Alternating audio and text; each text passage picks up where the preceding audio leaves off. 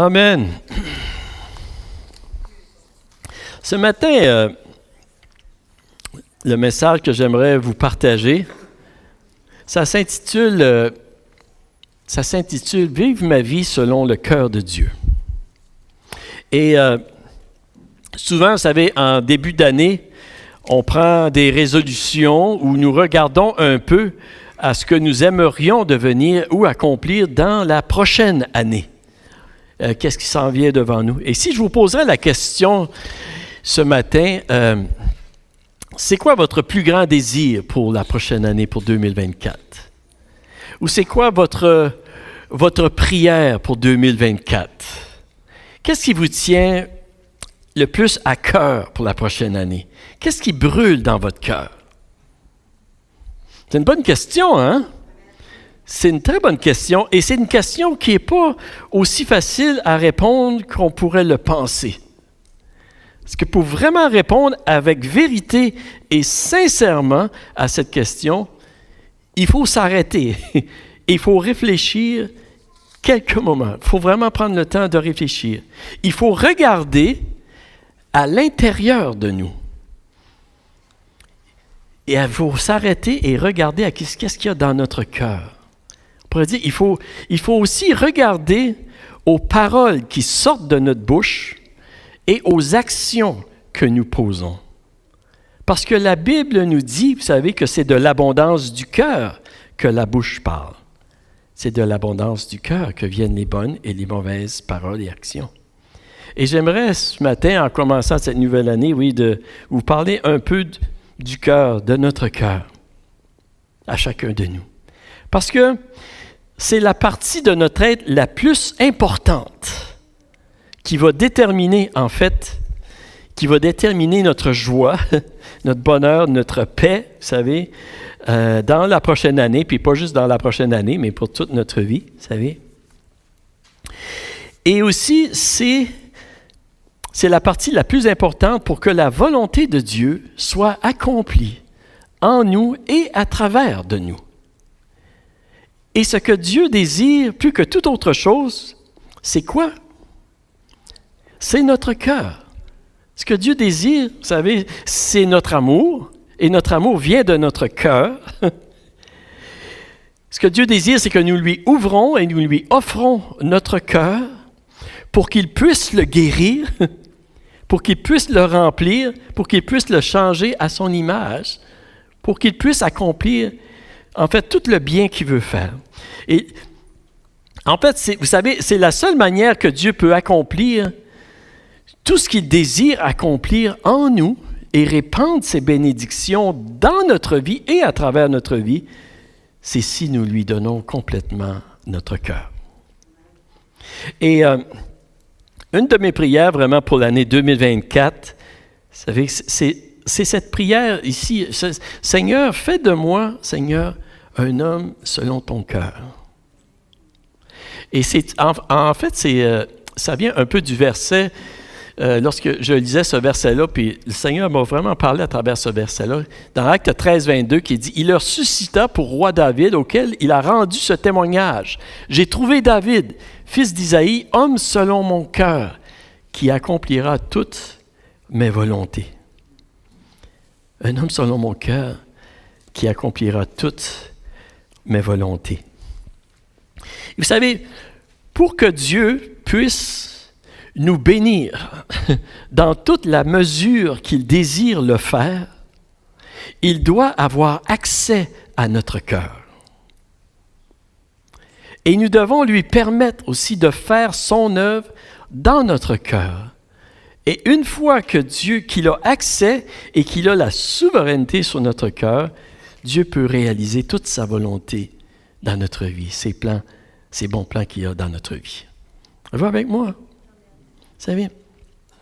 Et pour ceux il y a plusieurs personnes qui me connaissent depuis plusieurs années, souvent, à la fin de chaque année, en fait, je prie que le Seigneur me montre ou me révèle un peu sa pensée, sa direction pour la prochaine année, pour ma vie, en fait, pour ma vie personnelle, puis aussi pour son Église. Qu'est-ce que Dieu voudrait nous dire Et je crois que... souvent, ça vient sous une forme une pensée, un thème que Dieu met sur mon cœur pour la prochaine année. Et en fait, le thème que Dieu a déposé sur mon cœur, c'est vraiment ce thème ici, vivre ma vie selon le cœur de Dieu. Et je vous dis ceci, je ne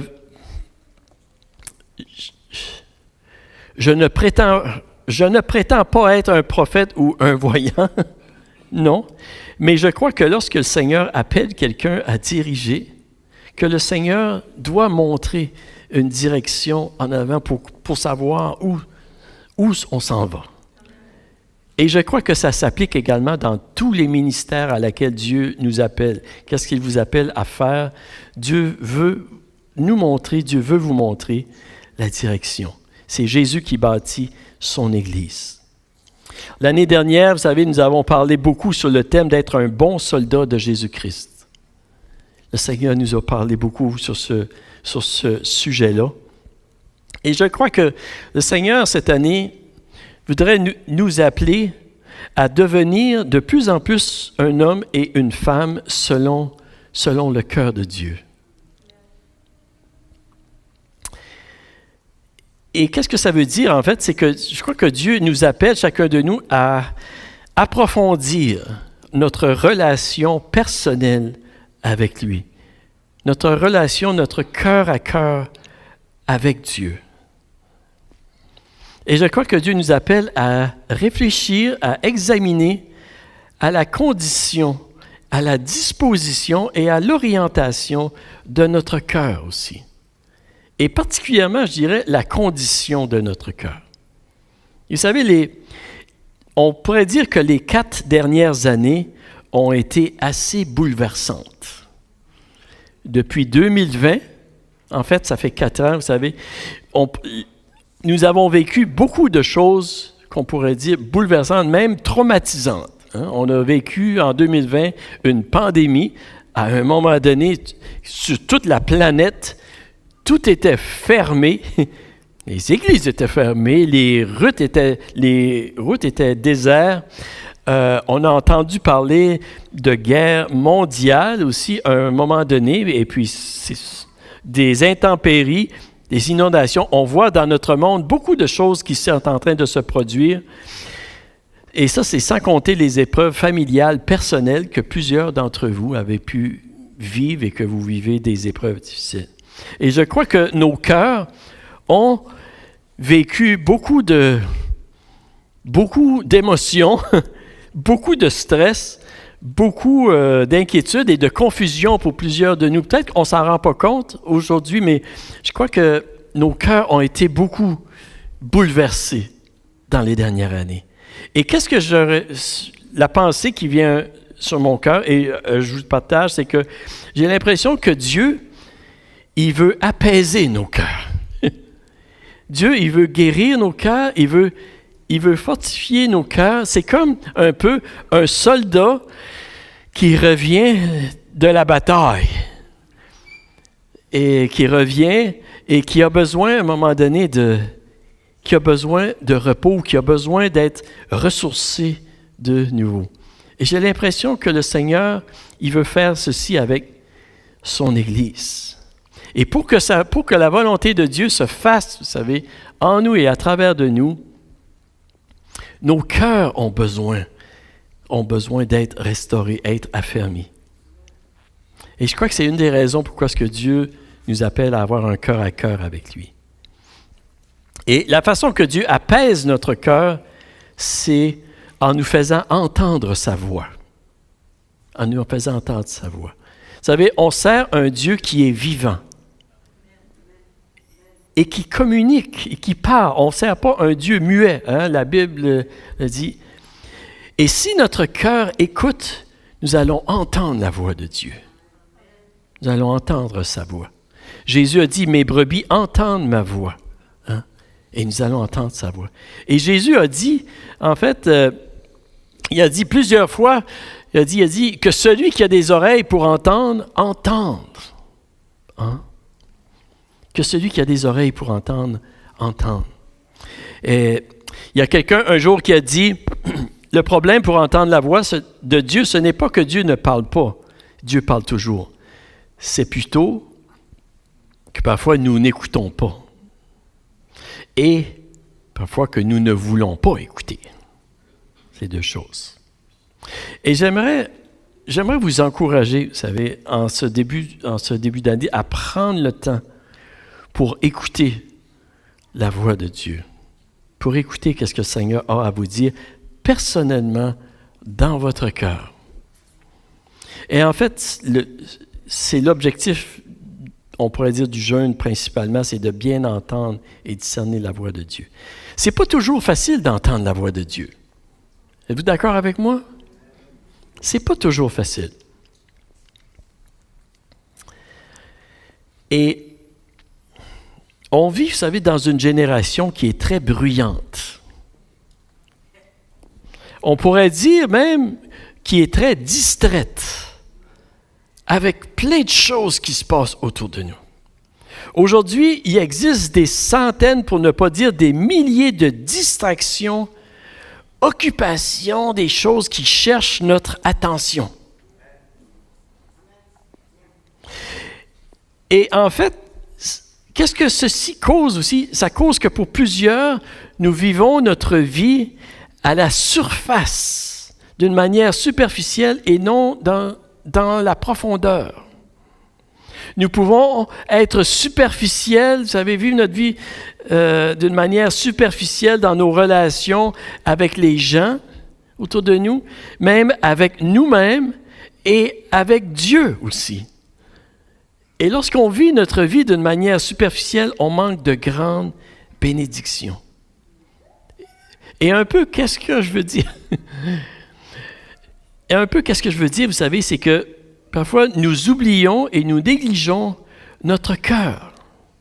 On peut devenir très occupé et très distrait pour oublier qu'est-ce qui se passe dans notre cœur. Et quelques décennies passées, vous savez, nos grands-parents, ils devaient fournir un effort pour se distraire. Il y avait peu de bruit, il y avait peu d'images, il y avait peu de rencontres sociales, très peu de choses pour attirer leur attention. Il y avait beaucoup plus de temps pour méditer puis réfléchir sur les moments de la vie qu'ils vivaient. Ce matin, quand j'ai ramassé Pierre pour venir ici, Pierre, il me dit, il fait froid. Il dit, t'as apporté une bordée de froid de Chibougamau, là? J'ai dit non, mais il dit si ça continue, là, je vais être obligé de marcher à l'église. Et j'ai dit, sais-tu, un temps passé, là, plusieurs années passées, les gens y allaient en cheval à l'église. Le dimanche, là, puis tout le monde y allait. Hein? Qu'il faisait froid, qu'il faisait pas froid, puis le dimanche, on allait à l'église en cheval, tu sais. Puis j'imagine qu'il y avait le temps de méditer là, dans la calèche. Hein? Mais le rythme de vie était définitivement beaucoup plus lent. Il y avait moins d'activités, moins d'informations concernant tout ce qui se passait aussi dans le monde entier, puis dans la vie de tout le monde, vous savez. Il y avait quand même du commérage dans ce temps-là aussi. On a juste besoin de penser à Séraphin. Mais le point que je veux mentionner, c'est que les distractions il y avait beaucoup moins de distractions. Et c'était moins un grand danger dans ce temps-là d'être distrait par plein de choses. Et le point que je veux souligner, c'est que est-ce que nous avons permis ou accepté tellement de distractions dans notre vie que ça devient difficile d'entendre la voix de Dieu dans notre cœur? Et je pense que c'est une question que c'est bon de se poser, chacun de nous. Vous savez, je n'étais pas sûr que j'allais vous le dire, mais je vais vous le dire pareil. Mais quelques mois passés, mon téléphone, j'ai un téléphone cellulaire, et puis mon téléphone, c'est ma fille qui me l'a donné parce qu'il était rendu trop vieux pour elle. Puis moi, j'ai hérité de son téléphone, puis il fonctionnait vraiment bien. Mais quelques mois passés, mon téléphone, parce qu'il commence à être plus âgé, il y a plusieurs apps que je ne peux pas mettre à jour. Puis j'étais tout en train d'en perdre une app après l'autre. Puis là, je devenais stressé. Il faut que je me jette un nouveau téléphone. Puis là, il faut que, tu sais. Puis là, j'ai fait des recherches, puis tout ça. Puis tout d'un coup, j'ai pensé, j'ai dit, sais-tu, je pense que je vais faire autrement. Au lieu de m'acheter un nouveau téléphone, avec toutes les apps que je peux avoir, je vais fonctionner avec moins de apps. Tu sais? J'ai dit, tiens, je vais essayer ça. Bon. Puis là, je suis en train de perdre toutes mes apps, là. Ça continue. Mais j'ai encore les principales. Puis savez-vous, j'ai réalisé, wow! C'est moins stressant. J'ai moins stressant, puis là, des fois, je manque mes apps, là, mais pas vraiment. Ça me donne plus, j'ai moins de distractions. Et je pense que pour moi, en tout cas, c'est une bonne chose. En tout cas, je peux juste vous dire qu'il y a beaucoup de distractions dans notre monde aujourd'hui. Et comme enfant de Dieu, si on veut entendre la voix du Seigneur, on a besoin de faire attention. Il y a quelqu'un qui a dit ceci, vous savez, il a dit le cœur est le principal point de contact de Dieu.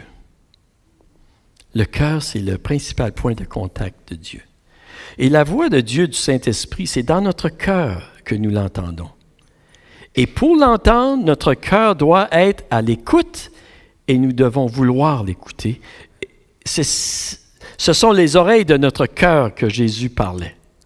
Et la voix du Saint-Esprit, vous savez, c'est souvent, en majorité du temps, je ne dis pas tout le temps, mais souvent, la plupart, le Saint-Esprit, c'est plutôt une voix douce qui vient nous parler. Ça ressemble à une colombe, si vous voulez. C'est une voix qui ne crie pas la majorité du temps.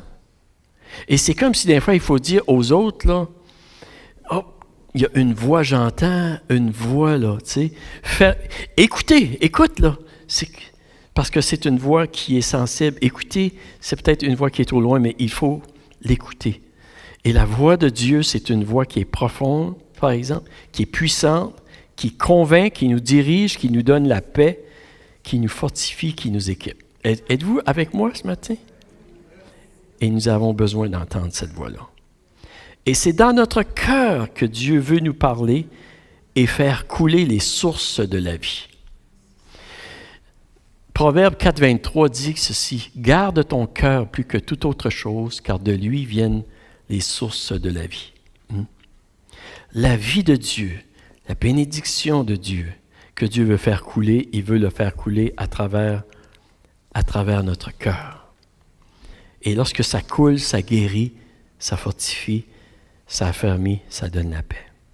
La vie d'une personne, on pourrait dire, est déterminée par ce qui se passe et se produit dans son cœur. C'est dans notre cœur que notre vie est réellement vécue. Notre joie ou notre malheur est toujours déterminé par ce qui se produit dans notre cœur. On peut choisir, vous savez, de fermer notre cœur. On ferme notre cœur parce des fois, on ne veut pas être blessé, vous savez, ou on ne veut pas... Mais qu'est-ce qui arrive, oui? On ne vit pas de peine, mais on ne vit pas de joie non plus. On ne vit pas de... Notre cœur est fermé. Est-ce que c'est ça la vie, d'avoir un cœur fermé? Moi, je veux pas un cœur comme ça. Et Dieu non plus. Lorsque la Bible parle du cœur, elle se réfère à la totalité de l'homme intérieur. Il y a un verset qui dit ceci, hein? Dans Deutéronome 6, Dieu dit, « Tu aimeras l'Éternel, ton Dieu, de tout ton cœur, de toute ton âme et de toute ta force, et ces commandements que je te donne aujourd'hui seront dans ton cœur. » Dans ton cœur. Lorsque la Bible parle du cœur, c'est vraiment à l'intérieur de l'homme. Le cœur, c'est la source de nos émotions, de notre volonté, de nos passions, de notre joie, c'est ça le cœur. Et parce que le cœur, c'est le sang de qui nous sommes, Dieu veut avoir une relation avec nous dans notre cœur. Dans notre cœur. Et c'est la raison aussi, vous savez, pourquoi, pour qu'il se produise des bons changements dans notre vie, il faut absolument que notre cœur soit changé. C'est la source. Essayer de changer l'extérieur sans adresser la condition, la motivation du cœur, ça n'aboutit à rien. On revient toujours à la case départ. C'est comme le Monopoly, là, hein? Pour ceux qui... On revient toujours. Et par nature, vous savez, à cause du péché qui est entré dans le monde, le cœur de l'homme, la Bible nous dit, le cœur de l'homme est tortueux, le cœur de l'homme est corrompu, il est le siège de tout mal et tout péché. Et le cœur tortueux utilise les membres de notre corps pour accomplir sa volonté. Mais Dieu, lui aussi, cherche un cœur pour accomplir sa volonté. Et c'est pour ça que le cœur a besoin d'être changé, purifié, nettoyé, affermi dans la foi. Et c'est pour ça que le cœur, c'est l'endroit le plus important de notre vie, vraiment, où que nous devons avoir notre relation avec Dieu. Et là, peut-être que vous pensez, ben écoute, mon cœur est tortueux, il n'y a pas d'espoir pour moi. Tu sais, écoute, peut-être que vous dites, ben là, oui, c'est vrai, il y a des mauvaises choses dans mon cœur, un petit peu comme l'apôtre Paul disait, « Misérable qui je suis, qui me délivrera? » Jésus-Christ. Jésus-Christ nous délivre. Jésus-Christ. Dieu nous donne un cœur nouveau en Jésus-Christ. Et par la puissance du Saint-Esprit qui agit en nous, il nous change, il nous transforme notre vie. Il fait de nous une nouvelle personne. La Bible dit, vous savez, que Dieu un jour a trouvé un homme appelé David, un homme selon son cœur qui accomplirait toute sa volonté. Hein? Et en fait, David, c'était un homme ordinaire selon le cœur de Dieu, on pourrait dire. Dans le sens, c'est que c'est vrai que David, c'est un homme qui était très doué, on pourrait dire. Hein? C'est un compositeur, un poète, un musicien, un guerrier, un leader. Puis même, ça nous dit qu'il avait une belle apparence. Hein? Wow! Mais est-ce que c'est à cause de ça que Dieu dit de lui qu'il était un homme selon son cœur? Non, ce n'était pas à cause de ça. David, c'était un homme ordinaire comme vous et moi, avec un cœur tortueux lui aussi, avec des passions qui étaient mauvaises, qui étaient destructives. Il y a eu des échecs dans sa vie, vous savez. Et pourtant, il est appelé un homme selon le cœur de Dieu, parce que Dieu a vu en lui un homme selon son cœur qui accomplirait sa volonté. Et quand on voit ceci, vous savez, ça nous démontre que c'est possible pour chacun de nous, avec nos faiblesses et nos luttes à l'intérieur, de devenir des hommes et des femmes selon le cœur de Dieu. C'est important ça. Quand Dieu regarde, vous savez, qu'il cherche un homme et une femme pour faire son œuvre, vous savez, la perfection n'est pas obligatoire pour être un homme et une femme selon le cœur de Dieu. Merci Seigneur. Dieu nous choisit malgré nos faiblesses et peut faire en nous et à travers de nous au-delà de tout ce que nous pensons et imaginons si nous lui donnons notre cœur. Amen. Si nous lui donnons notre cœur. Les héros de la foi, vous savez, ils sont devenus des héros de la foi parce qu'ils ont laissé Dieu agir dans leur cœur. Ils ont permis à Dieu de changer leur cœur et de le développer, leur caractère. Et une vie selon le cœur de Dieu, c'est accessible pour chacun de nous, à tous ceux qui veulent vivre selon le cœur de Dieu. Qu'est-ce que ça veut dire, être une personne selon le cœur de Dieu? Dieu voulant, dans les semaines qui s'en viennent, on va en parler davantage. Mais ce matin, qu'est-ce que j'aimerais qu'on puisse réaliser, vous savez? C'est que oui, Dieu a rendu témoignage que David était un homme selon son cœur, non parce que David était un homme sans péché et sans faiblesse, et parfait, mais parce que David avait un désir profond dans son cœur de faire la volonté de Dieu pour la gloire de Dieu. Puis lorsqu'il faillissait, il se repentait profondément dans son cœur. Il revenait à Dieu de tout son cœur. Il n'y avait rien de caché dans son cœur. Il n'y avait rien sous le tapis, on pourrait dire, ou rien dans le garde-robe. Et le psaume 51 est vraiment une description de la façon que David vivait sa vie. Et c'est possible pour nous de devenir un homme et une femme selon le cœur de Dieu. Et c'est ça que Dieu veut faire. Et je termine ce matin en disant, est-ce que vous désirez, dans la prochaine année, vous savez, vous désirez connaître tout ce que Dieu désire pour vous dans la prochaine année? Notre bonheur dépend de ce qui se passe dans notre cœur.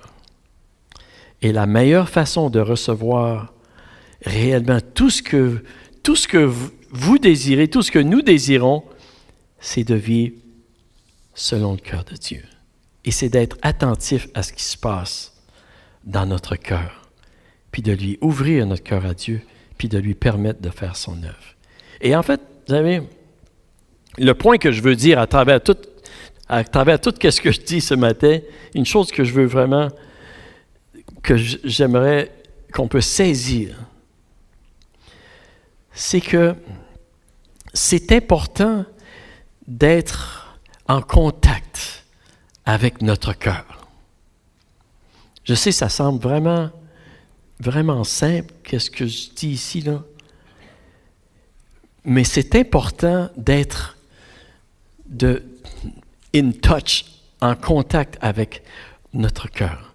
Parce qu'il y a une ruse du malin qui se promène dans notre monde présentement à vive allure, qu'on pourrait dire, qui essaye d'apporter tellement de distractions et même d'occupation et même de toutes sortes de choses afin que le monde arrête de penser et de réfléchir. Et qu'ils vivent leur vie sans être en contact avec ce qui se passe à l'intérieur d'eux. Ils oublient leur cœur. Et je crois que c'est très important. Vous savez, quand ton corps est malade, tu dois le soigner. Quand ton cœur est malade, il faut le soigner aussi. Selon le diagnostic, selon qu'est-ce qu'il y a. Vous savez, parce que sinon, tu vas manquer beaucoup de choses. Et le cœur, vous savez, selon des diagnostics, s'il y a de l'amertume dans ton cœur, s'il y a de la colère, s'il y a de la jalousie, s'il y a de la haine, s'il y a un désappointement, il y a quelque chose dans ton cœur qui ne va pas, c'est beaucoup mieux de regarder à qu'est-ce qu'il y a dans notre cœur, puis de dire « Oui, Seigneur », et de laisser le Seigneur nous guérir. Et je pense que chacun de nous, il y a des choses dans notre cœur à quelque part qui a besoin d'être guéri, qui a besoin d'être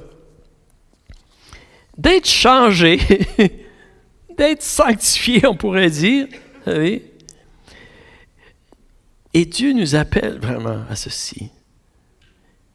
Dieu nous appelle à ceci. Et je crois que c'est une erreur lorsque le cœur souffre, vous savez, de simplement essayer de l'endormir avec de l'anesthésie, qu'on pourrait dire. Et pour les gens qui ne connaissent pas Jésus encore, vous savez, c'est une vie vécue selon le train de ce monde, selon le prince de la puissance de l'air, comme la Bible nous dit dans Éphésiens 2.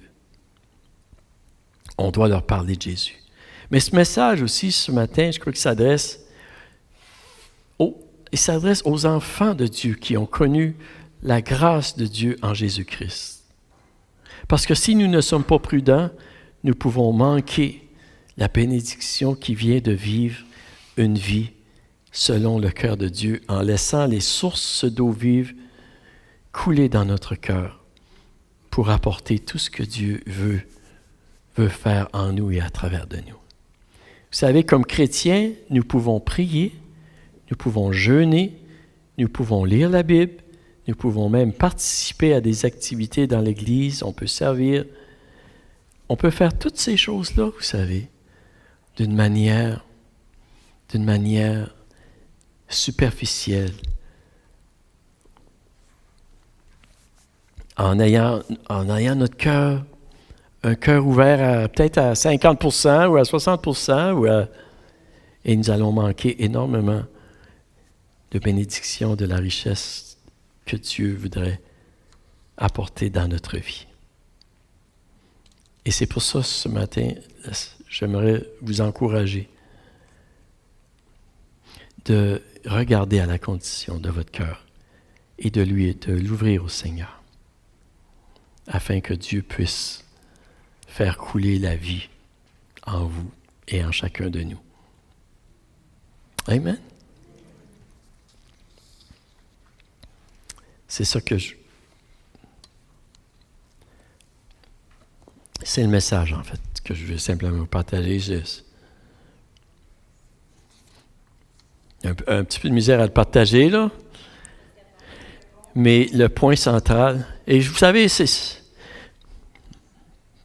OK, je vais... Vous savez, c'est... Le Seigneur parle à mon cœur aussi. Moi-même. Qu'est-ce que je vous dis ce matin, là? Puis je vous dis, c'est ma prière pour l'année 2024, encore plus. Parce que des fois, dans notre routine, comme chrétien, comme serviteur de Dieu, vous savez, des fois, on peut faire des choses pour faire des choses. Puis, Seigneur, il faut que notre cœur soit... Et ce n'est pas la quantité, ce n'est pas la quantité de choses qu'on fait, mais c'est plutôt la qualité de notre relation profonde avec Dieu qui fait que nos cœurs soient changés. Puis je vais vous dire, quand on commence à s'arrêter, puis examiner un peu les choses qu'on dit, puis les choses qu'on fait, si on examine vraiment, là,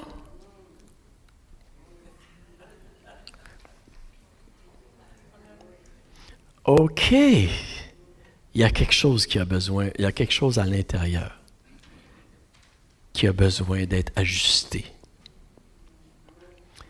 Puis Dieu veut qu'on aille là cette année. Parce qu'il veut nous faire du bien. Il veut nous guérir. Savez-vous, quand je pensais, puis ce thème-là qui venait sur mon cœur, puis ma prière pour moi aussi, mais c'était aussi, Seigneur, je prie qu'à la fin de l'année 2024, Seigneur, que chacun de nous, le Centre chrétien évangélique, nous allons être de plus en plus, on va avoir progressé dans le fait d'être des hommes et des femmes selon le cœur de Dieu. Et que nous allons prier selon le cœur de Dieu, aimer selon le cœur de Dieu, servir selon le cœur de Dieu, mais que nous allons progresser dans cette direction-là. C'est ma prière pour le Centre chrétien évangélique cette année. C'est pour moi aussi. J'aimerais qu'on se lèverait debout ensemble.